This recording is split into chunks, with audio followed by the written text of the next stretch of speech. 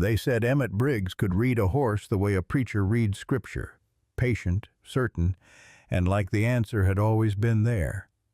He had worked ranches from the Cimarron to the Powder River, ridden horses that threw grown men into frozen ground, and never in 15 years been thrown himself, though he would not say so. Other men said it for him, the way stories travel through country where there is not much else to carry. When he rode through the gate of the Cooper Ranch on a Tuesday morning in late September, 3 hands stopped what they were doing to watch. He was quieter than they expected. Most men with a reputation ride like they know you are looking. Briggs did not. He came in at an easy walk, eyes moving across the yard the way they move across unfamiliar ground, not suspicious, just reading. The fence line, the water trough, the place near the far corral where the dirt was churned and scuffed, where something large and unhappy had been pacing. He looked at that last thing a moment longer than the rest. Josiah Cooper met him in the yard. Broad man, gray at the temples, the kind of rancher who had built something real and knew the exact weight of it. He shook Briggs's hand once and got to the point. The horse was a 4-year-old stallion, bloodline animal, bought at considerable cost from a breeder out of Kansas, meant to anchor the ranch's future. He had papers. He had promise in every line of him. He had put 2 men on the ground and refused every hand since. Cooper was a widower with 1 daughter and 30 years of ranch behind him. Her name was Elsie. A rancher's son named Holt had been calling on her since spring. Good family, his own land, the kind of match that made fathers sleep easier. The arrangement made sense in every way that arrangements are supposed to make sense. Elsie had not said otherwise. She was not the kind of woman who said otherwise. Cooper walked Briggs to the far corral. The stallion stood at the back of it, dark as charcoal, watching them approach with his ears neither forward nor back. A horse that had learned to wait before deciding anything. The hands drifted over without being asked. The foreman. 2 younger men. They waited for Briggs to do something. He stood at the rail and watched the horse. A full minute passed. Then another. He watched the stallion's left ear track sound the way a good ear should. He watched the hindquarters hold tension differently than the shoulders. Not rage, something older than rage.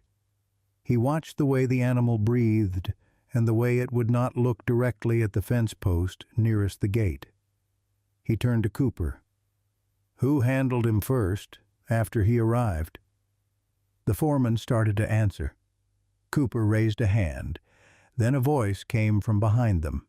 Even, unhurried, the kind of voice that does not perform for the room. Roped from the right side on arrival. Elsie stood a few feet back from the fence, as though she had tried to give herself a reason to be somewhere else, and failed. Blanket thrown before he settled, cinched before he stopped trembling. Briggs turned and looked at her. She was watching the horse the way someone watches a thing they have been worrying about alone for a long time. Cooper said her name once, Elsie, and the yard went quiet the way yards do when a man reminds everyone of the order of things. She held a moment longer than she should have. Then she turned and walked back toward the house, her shoulders straight, not hurrying. Briggs watched her go. Then he turned back to the stallion and said there was a north pen on most ranches this size, and he would work the horse there if Cooper had one. Cooper did.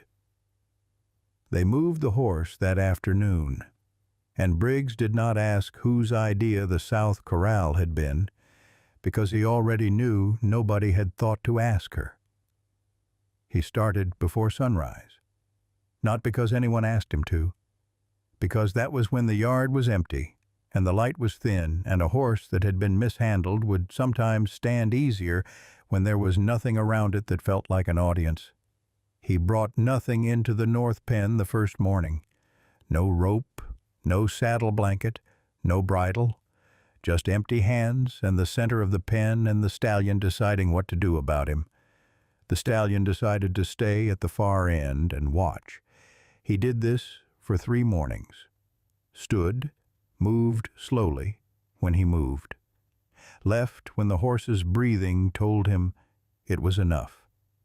The hands watched the first morning and lost interest by the second. There was nothing to see. That was the point. Cooper came by the pen once each evening, stood at the rail for a few minutes, and said nothing. He was a patient man in most things. Briggs could see him working at being patient in this. On the 4th morning he brought a rope, not to use, just to carry. He draped it over his shoulder and stood in the pen the same as before and let the stallion work out that the rope was not going to move unless he moved it. The stallion's ears went back for a while. Then they came forward again. Small thing. Nobody watching would have marked it. But Elsie did. He had not heard her come to the fence. He did not know how long she had been standing there when he finally turned and found her, both hands on the top rail, watching the horse with an expression that had nothing performed in it. He walked to the fence. She did not step back. Her eyes stayed on the stallion. His hindquarters. Her voice was low, even. Not ropes in general, just anything that comes near there fast. He looked at the horse, then back at her. How long have you known that? She kept her eyes on the stallion. Since the week he arrived. He nodded once. She turned and walked back toward the house before anything else could be said, her steps even across the dry ground. He thought about that on the walk back to the bunkhouse. About a woman who had carried the answer for weeks, while men with ropes and spurs kept getting it wrong. The next morning he kept the rope on his left shoulder, away from the horse's right side entirely. The stallion walked 3 steps toward him before stopping. 3 steps. He stood still and let it mean what it meant. He did not look toward the fence, but he knew she was there. The stallion accepted a blanket on the 8th day, not without protest. He moved away twice, circled the pen, came back to it the way nervous animals do when they decide the thing they fear has not hurt them yet. Emmett laid the blanket across his back and let him feel the weight of it until the breathing slowed. Elsie was at the fence when he came out of the pen. She had been coming most mornings now, early enough that the yard was still quiet. Her father had said nothing further about it. He hung the blanket over the rail, and they both watched the stallion move to the water trough and drink. After a while she asked how many horses he had done this with. More than I can name. You stop counting after a while, same way a carpenter stops counting tables. Are they all like this one? A specific fear in a specific place. Every one of them. Most people just don't look for it. She was quiet, her arms resting on the top rail. Without turning her head. They said you rode a stallion in Abilene that killed a man. Mostly true. He watched the stallion move along the far fence, with some parts added that weren't. She glanced at him then, just briefly, sidelong, and he got the sense she was revising something. Not her opinion of him exactly, more like the picture she had built around his name before he arrived, measuring it against the man standing at this fence. She turned back to the horse. You didn't look like much when you rode in. There was no cruelty in it. Most horses that can do real work don't look like much either. Something shifted at the corner of her mouth. Brief, controlled, there and gone before it became anything she'd have to account for. She pushed off the rail and said she had things to see to. She walked back toward the house the same way she always did, straight-backed, unhurried, not looking over her shoulder. Emmett stayed at the fence longer than he needed to. The first ride came on a morning with no particular ceremony to it. Emmett had the saddle on him the day before, just the weight of it. No cinch, no rider, just the leather sitting across his back, while the stallion stood in the pen and breathed and decided it was not going to kill him. That had taken the better part of an hour. Emmett had stood beside him the whole time with one hand on his neck, not moving, not rushing, letting the horse do the work of accepting it. The next morning, he cinched it, slowly, with long pauses between each adjustment, keeping his hands away from the hindquarters, keeping his voice low and even when he spoke at all. The stallion's ears went back twice. Both times Emmett stopped and waited until they came forward again before continuing. When the cinch was set, he stood beside the horse for a long while longer. Then he put his foot in the stirrup. The stallion shifted his weight, but did not move off. Emmett stayed there, one foot up, one hand on the saddle horn, letting the horse feel the added pressure and decide about it. A full minute passed. Then he came up slowly, swung his leg over, and settled into the saddle as quietly as a man sitting down to breakfast. The stallion stood. His ears were forward. His breathing was fast but not panicked. The breathing of something alert, not afraid. Emmett sat still and kept his hands soft on the reins and let the horse feel the weight of him and understand that the weight was not going to do anything sudden. After a while, the stallion took one step, then another. They moved in a slow, wide circle around the pen, nothing more than a walk, and the stallion's head came down by degrees until he was moving with his neck long and easy, and the pen was quiet around them, except for the sound of hooves on packed dirt and the occasional shift of the saddle leather. Elsie was at the fence. She had both hands on the top rail, and she was not moving, and she was not looking away. Her face had the look it sometimes got when something she had believed privately for a long time was being proved in front of other people. Not triumphant, just quietly certain, the way a person looks when the world finally catches up to what they already knew. Emmett brought the stallion to a stop near the center of the pen. He sat there a moment. Then he looked toward the fence.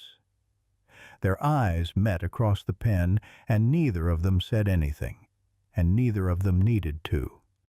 Holt rode in on a Friday afternoon, which was when he usually came. The cook started earlier. The hands straightened up without being told. Cooper came by the north pen at midday, looked at the stallion for a long moment, and said the horse was looking better. Emmett said he was coming along. Cooper nodded and walked back toward the house to receive his guest. Dinner at the Cooper table was a serious thing on the nights Holt came. The good dishes. The lamp turned up. He spoke well, listened when Cooper spoke, laughed at the right moments. He asked after the ranch hands by name. He was correct with Elsie, attentive without pressing, interested without demanding. There was nothing to fault in any of it. She kept her hands in her lap between courses and answered what she was asked, and watched the candle burn down in its holder. Her father brought up the stallion over the second course, proud, the way he was always proud when an investment moved in the right direction.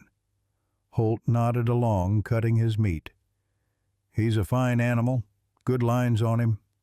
He set his fork down. "Though I'll admit I expected more progress by now. How many weeks has it been?" Cooper said nearly 3. "My father's breaker could put a green horse under saddle in 4 days. Good hand, never had much trouble." He said it without looking up from his plate, the tone of a man contributing a fact to a conversation. "Though I suppose a bloodline animal is a different matter."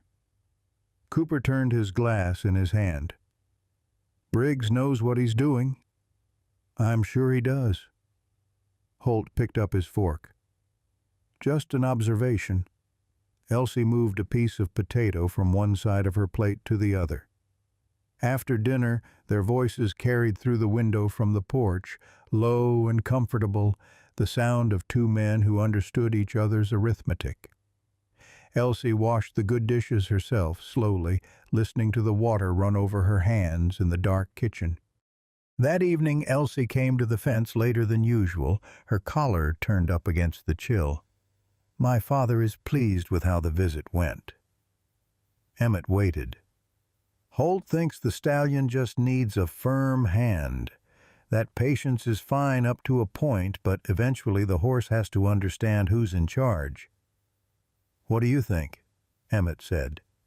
The stallion moved to the water trough and drank. "I think the horse already knows who's in charge." Her eyes stayed on the animal. "That's not what he's trying to work out." She pulled her collar tighter and walked back toward the house.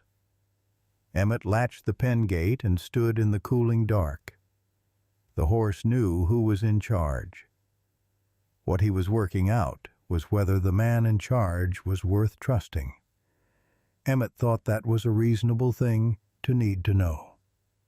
The no-excuse morning came on a Thursday, after the stallion had taken his first quiet ride around the North Pen.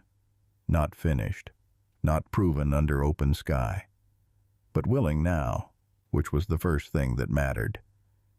Elsie was at the fence. No reason he could identify, no milestone she could have known about. She was simply there when he came out of the barn, standing at the rail with a cup of coffee, warming both hands, watching the stallion like she had nowhere else to be, and was not pretending otherwise. Emmett went about his work. After a while she asked where he would go after this. He kept his eyes on the horse. It was not a question he had thought about recently, which was itself a new thing. The answer had always been ready before. The next ranch, the next county, the next difficult animal. He folded the blanket over the rail. "Haven't figured that out yet." She was quiet. He could feel the quality of it. "You always move on." Not an accusation, just the fact of it, set down the way she set everything down. "Usually." She looked at him then, not sidelong this time, directly, and whatever she found in his face, she kept to herself. She wrapped both hands tighter around the cup and looked back at the horse. The stallion moved through the pen in the thin morning light, easy and unhurried, and they both watched him until Elsie's cup was empty and she had run out of reasons to stay. She walked back toward the house. Emmett watched her go. Then he went back into the pen. The Army officer arrived on a Wednesday, 3 weeks into the work. His name was Carver, lean, straight-backed, a letter of introduction and 2 men behind him. He tied his horse at the front of the house like a man who expected to be received, which he was. Cooper came to the pen fence an hour later. "Army man at the house wants to talk to you. Remount operation out of Fort Hays. 6 months. Good money." Emmett brought the stallion to a stop, both ears forward. "I'll talk to him." Carver was direct, and the offer was genuine. More money than most men saw in a year. Carver leaned forward across the table. "The job here can wait. Cooper will find another man." Emmett looked at the table between them. "I don't leave work half done." Carver studied him a moment. Then he picked up his hat and left. That evening, Cooper came to the fence and stood longer than usual. "That's a considerable amount of money to walk away from." Emmett kept his eyes on the horse. "I started something here." Cooper watched the stallion move through the last of the light. "So you did." He pushed off the fence and walked back toward the house. Emmett stayed at the rail until the dark came all the way in. Holt came back 2 weeks later. He arrived purposeful, greeted Cooper briefly, and came down toward the north pen with the look of a man who had decided something while he was away. Emmett was in the barn working on a cracked cinch ring when he heard it. That particular high sound a frightened horse makes, short and sharp, followed by hooves against hard ground. He was through the barn door before the echo died. The stallion was against the far fence, eyes white, hindquarters tucked, a lead rope trailing in the dirt. Holt stood just outside the gate, one hand on the rail, his expression recalculating. Elsie was already inside the pen. She had put herself between the horse and the fence with one hand flat on his neck and her mouth close to his ear, her voice too low to carry, but steady, the same register she used at the fence every morning. The stallion's breathing was ragged. Then it began to slow. Emmett came through the gate and moved to the horse's other side, running his hands along the flank. Fine tremors in the muscle, but the worst of it was passing. Elsie kept her hand on his neck. Emmett did not ask her to move it. They stood on either side of the animal in the quiet of the pen and let him come back to himself. Cooper was at the fence. He had come from the direction of the water trough, a wrench still in his hand, and he stood at the rail with the expression of a man who had seen exactly what he needed to see and wished he hadn't needed to see it. Holt turned from outside the gate. "I only meant to move things along. I didn't think he'd react that way." Cooper set the wrench on the top rail. He looked at his daughter standing in the center of the pen with her hand on the stallion's neck. He looked at Emmett beside her. He was quiet for a long time. "Ride safe going home," he finally said to Holt. Not unkindly, just with the finality of a man closing a door he should have looked at more carefully before he opened it. Holt read the room the way intelligent men do when they understand they have already lost something. He nodded once and went to get his horse. Cooper came to find Elsie that evening. Emmett saw none of it.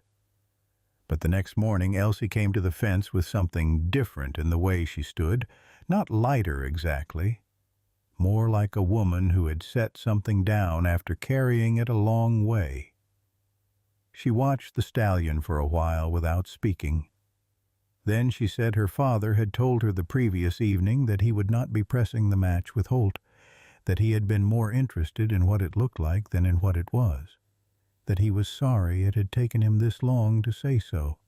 She delivered it plainly, without ornament, but her hands were loose on the rail instead of gripping it. Emmett looked at the horse. "You all right?" Elsie considered the question honestly. "I think so." The stallion came to the near side of the pen and stood looking at them both with his ears forward, the way he stood now when he had decided the people nearby were worth being close to. Emmett stayed in the pen late that evening, doing the small work of the day, the kind of tasks that give a man something to do with his hands when his mind is working on something else. Elsie came back after supper. She stood at the rail and watched him without speaking. When he finally walked to the fence, she did not have the look of a woman about to say something practical and leave. He stopped on his side of the rail.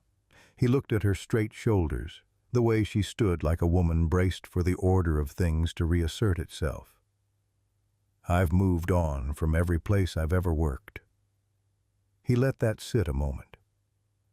"I don't want to move on from you." She was still. The last light was going, and the yard was quiet around them.